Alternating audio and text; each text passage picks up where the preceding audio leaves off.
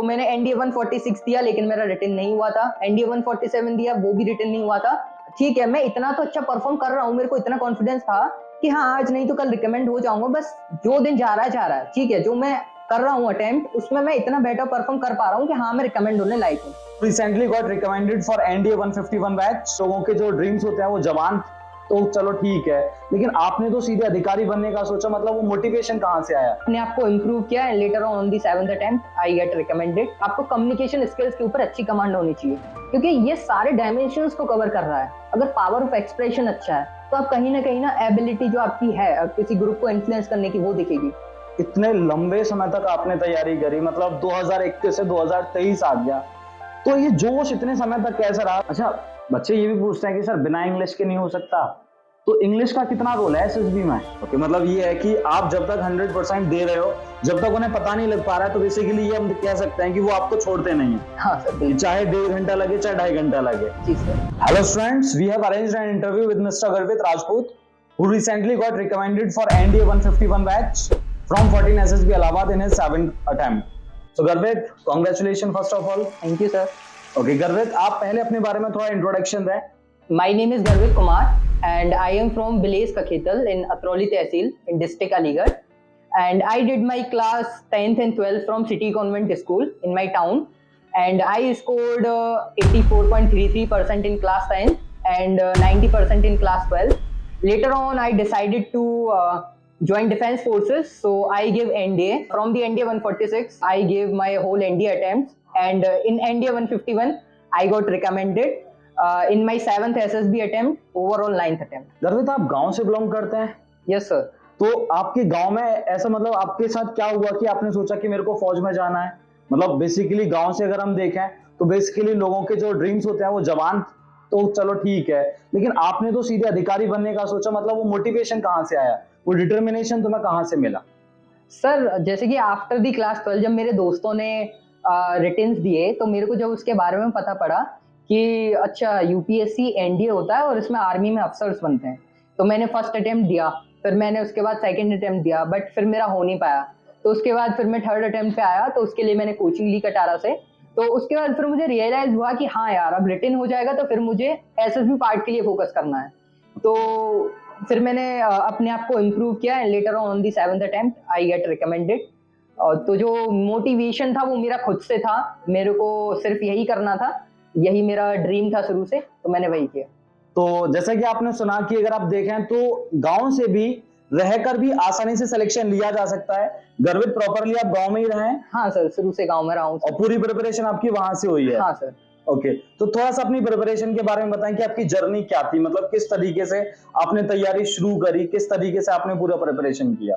Sir जैसे कि after the class 12 जब मैंने अपने दोस्तों को इंडिया का एग्जाम देते हुए देखा, तो फिर मैंने अपना फर्स्ट अटेम्प्ट दिया जो मेरा 12th के बाद था। तो फिर मुझे जब मैंने एग्जाम दिया तो मेरे को रियलाइज हुआ कि हाँ मेरे को थोड़ा इम्प्रूवमेंट करने की जरूरत है और वो मैं शायद खुद से कर सकता हूँ। लेकिन मेरा ज्योग्राफी, हिस्ट्री, जीएटी जो पोर्शन था वो वीक था, तो इस वजह से फिर मैं अलीगढ़ जो कटारा डिफेंस अकेडमी, एक फेमस अकेडमी है अलीगढ़ में, तो मैं वहां में आया और वहां आके मैंने अपनी तैयारी को स्टार्ट किया जिससे कि मैं अपने स्कोर को बूस्ट कर पाऊँ। तो मैंने ज्योग्राफी, हिस्ट्री, पॉलिटिक्स वहां सबसे किया। फिर उसके बाद जब मेरा रिटन हो गया तो उसके बाद फिर मैंने एसएसबी पार्ट के लिए मैं फिर आया अकेडमी, जहाँ पे एक राहुल सर हैं, दिस इज राहुल सर, तो उन्होंने मेरे को पर्सनल गाइडेंस दी, इंटरव्यू प्रोसेस के लिए पर्सनल इंटरव्यूज लिए। तो मैंने इस तरीके से अपनी प्रिपरेशन को वहां से स्टार्ट किया। तो मैंने एनडीए 146 दिया लेकिन मेरा रिटन नहीं हुआ था। एनडीए 147 दिया, वो भी रिटन नहीं हुआ था। लेकिन मैंने एनडीए 148 दिया under the guidance of Katara defence academy, तो वहां से मेरा सिलेक्शन हो गया। फिर उसके बाद लेकिन मैं इंटरव्यू में कॉन्फ्रेंस आउट हो गया। उसके बाद फिर मैंने TES 47 दिया जो कि IIT JEE मेन का एग्जाम देना था, उसके बाद होता है। तो मेरा TS 47 में फिर से कॉन्फ्रेंस आउट हुआ। फिर मैंने एनडीए 149 दिया लेकिन मैं स्क्रीन आउट हो गया, रिटन मेरा क्रैक था। उसके बाद फिर मैंने TS 48 दिया लेकिन मैं कॉन्फ्रेंस आउट हो गया। उसके बाद फिर मैंने एनडीए 150 दिया, मेरा रिटन हुआ लेकिन मैं फिर से स्क्रीन आउट हो गया।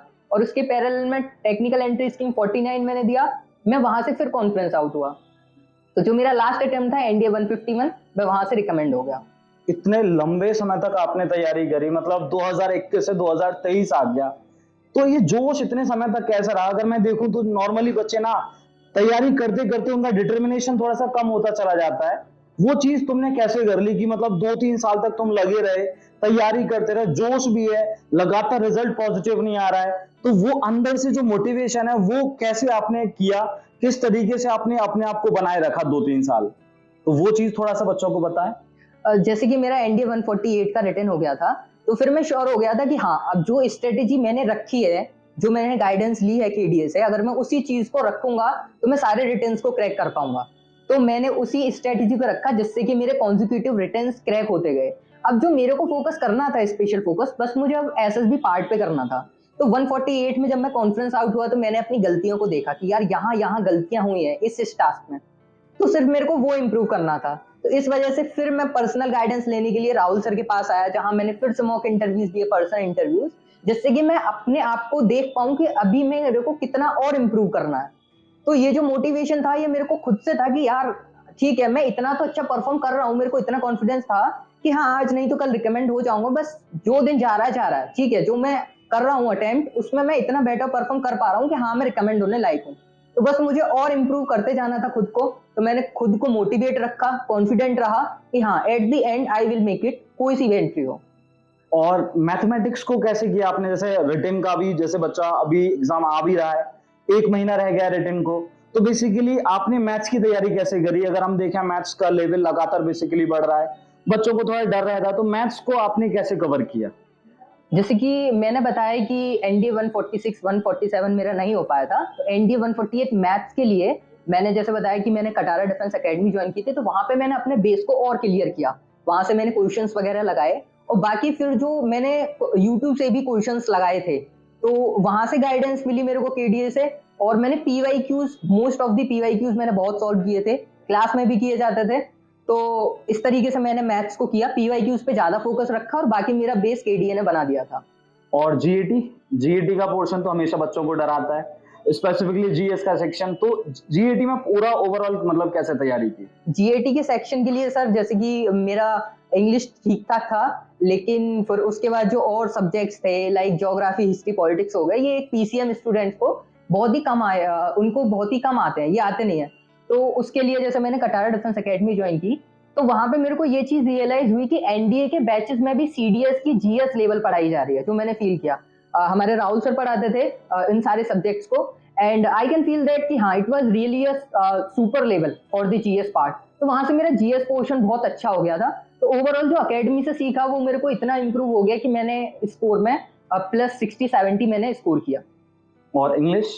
हाँ, इंग्लिश पार्ट के लिए जैसे मैं शुरू से अच्छा था, तो बाकी इंग्लिश पार्ट के लिए जैसे सर हमारे क्लासेस कराते थे, साथ में सीट्स भी सॉल्व कराते थे, तो और उन्होंने वोकैब भी कराई, तो वो सारी चीज एक क्रक्स के रूप में वो क्लियर हो गई। ओके, चलो काफी अच्छा लगा घर पे जानकर कि आपने इतने लंबे समय तक अपने जोश को बनाए रखा।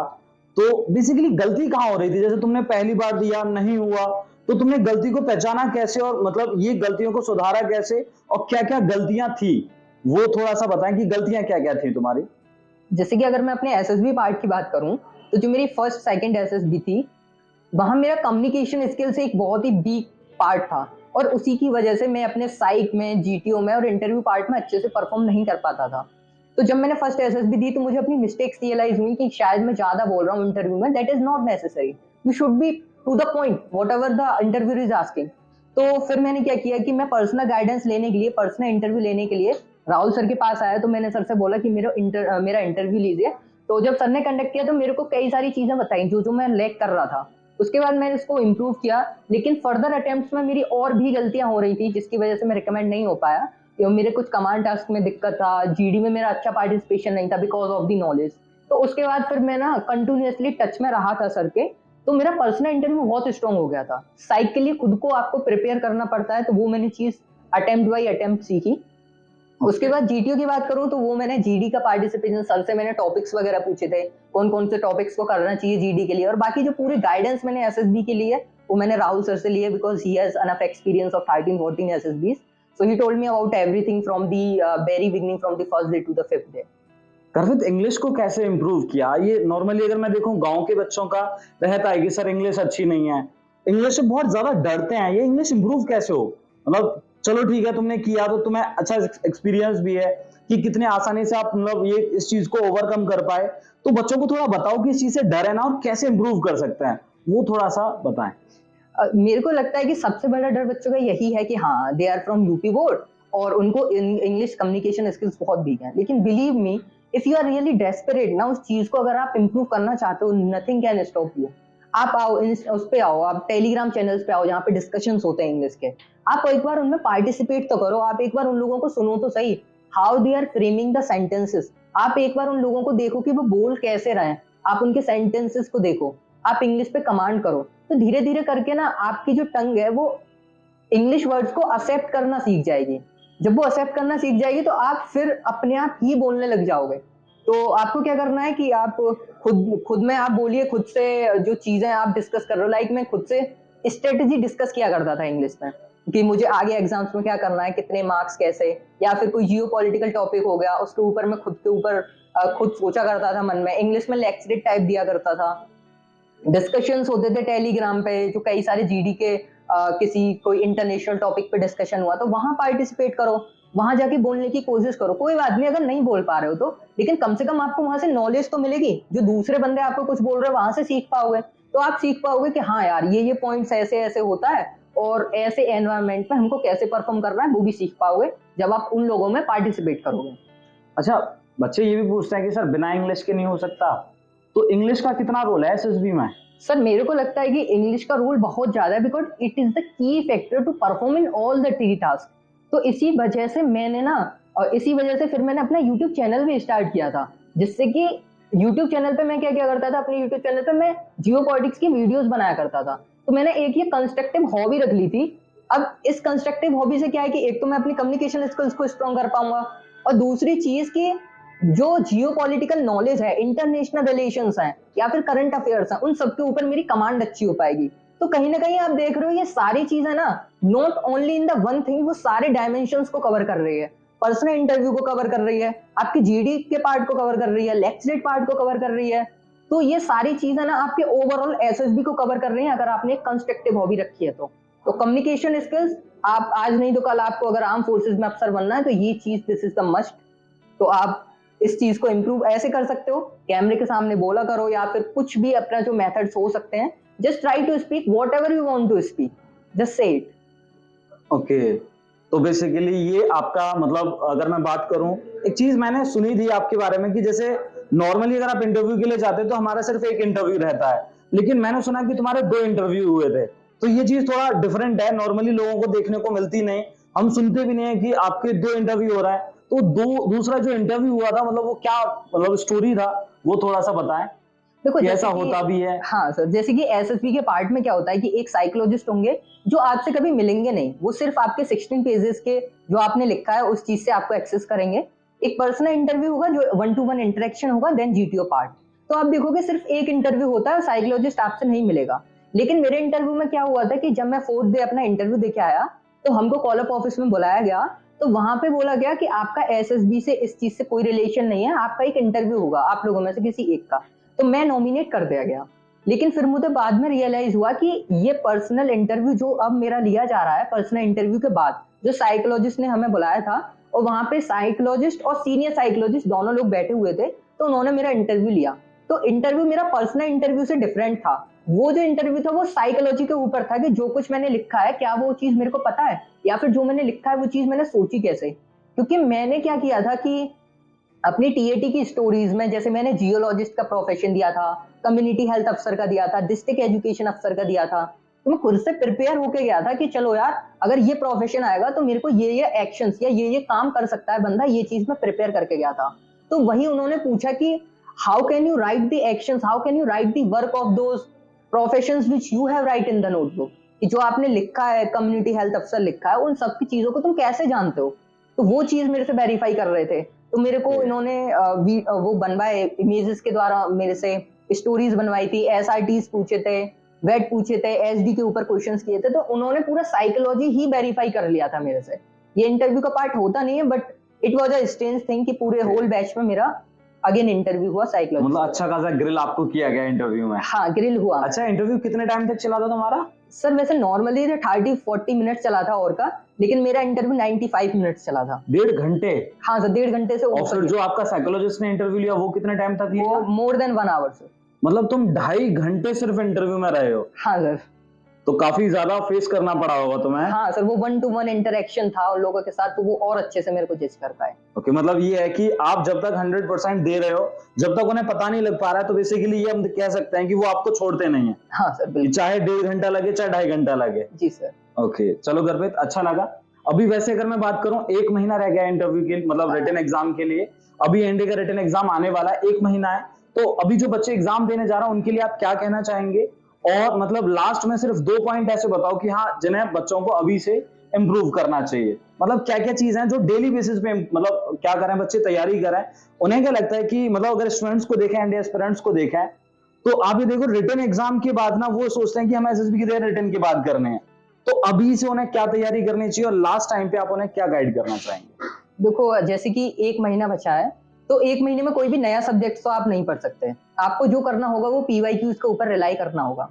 तो मैथ्स के लिए मैं बोलूंगा कि जो कॉन्सेप्ट कराए जा रहे हैं आप उन कॉन्सेप्ट्स को करिए, लेकिन साथ-साथ पीवाईक्यूज को भी सॉल्व करते चलिए। आपके पास 30-35 डेज हैं। आप कोशिश करिए कि मैं पर चैप्टर हर दिन 40-50 क्वेश्चंस पीवाईक्यूज के कर पाऊँ, क्योंकि कहीं न कहीं आपको 30 से 40 क्वेश्चंस मैथ्स में मिल जाएँगे जो पीवाईक्यूज से होंगे। बाकी लेवल थोड़ा अप हो रहा है, तो इतना जरूरी नहीं है कि भाई आपको 300 में से 150-200 नंबर चाहिए। If you are scoring 100 and 110 that's enough. और जो अगर मैं इंग्लिश सेक्शन की बात करूं, जीएटी सेक्शन की बात करूं, तो आप खुद से क्या करिए कि वोकैब पार्ट के लिए जो सिनोनियम्स हैं, एंटोनियम्स हैं, उनको गूगल पे सर्च करिए। वहां से जितने वर्ड्स हो सकते हैं नोटबुक पे लिखिए, है ना। और जो जीएटी सेक्शन है उसमें आप क्या कर सकते हो कि आप ज्यादा फोकस साइंस सेक्शन पे कर सकते हो, करंट अफेयर्स पे, क्योंकि ज्योग्राफी, हिस्ट्री, पॉलिटिक्स ये सब्जेक्ट रहेगी, इट नीड्स टाइम। 6 से 7 महीने से ज्यादा ही टाइम का वो होता है। तो कुछ भी नया मत पढ़िए, 1 महीने में पीवाईक्यू जितने सॉल्व कर सकते हैं कर लो। और I will suggest you another thing, जैसे मेरा यूट्यूब चैनल मैंने बताया, तो वहां पे मैंने गाइडेंस दे रखी है लास्ट 1 महीने की स्ट्रेटेजी के लिए, तो वहां से देख लेना, तो it will help you to written your crack your written. Okay, चलो अच्छा है। तो गर्भित मतलब साथ के साथ और कोई पर्सनैलिटी मतलब में डेवलपमेंट जो अभी बच्चे कर सकते हैं? हाँ सर, मेरे को लगता है कि clearing the written is not only limited. आपको ना एसएसबी पार्ट के लिए भी अभी से ही फोकस करना पड़ेगा। सेल्फ कॉन्फिडेंस ऊपर आएगा, तो बहुत सारे फैक्टर्स जो आपकी कम्युनिकेशन स्किल्स हैं वो डिसाइड कर देती हैं। जीटीओ पूरा कम्युनिकेशन स्किल्स पे। पर्सनल इंटरव्यू पे अगर आपका कम्युनिकेशन स्किल्स अच्छा होगा तो उनको कॉन्फिडेंस दिखेगा। आपके पास अगर नॉलेज है, कॉन्फिडेंस है, कम्युनिकेशन स्किल्स है, डोंट यू थिंक कि it is going to bust, मतलब पूरा भाई गलत, मतलब अच्छा ही सीन होने वाला है इंटरव्यू में। तो बस यही कम्युनिकेशन स्किल्स पे अच्छी कमांड रखनी है।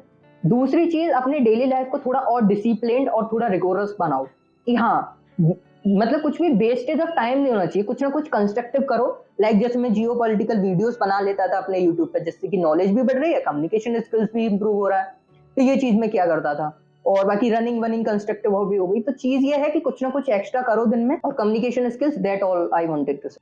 चलो गर्भित, अच्छा लगा आपसे बातें करके। Thank you very much. जय हिंद।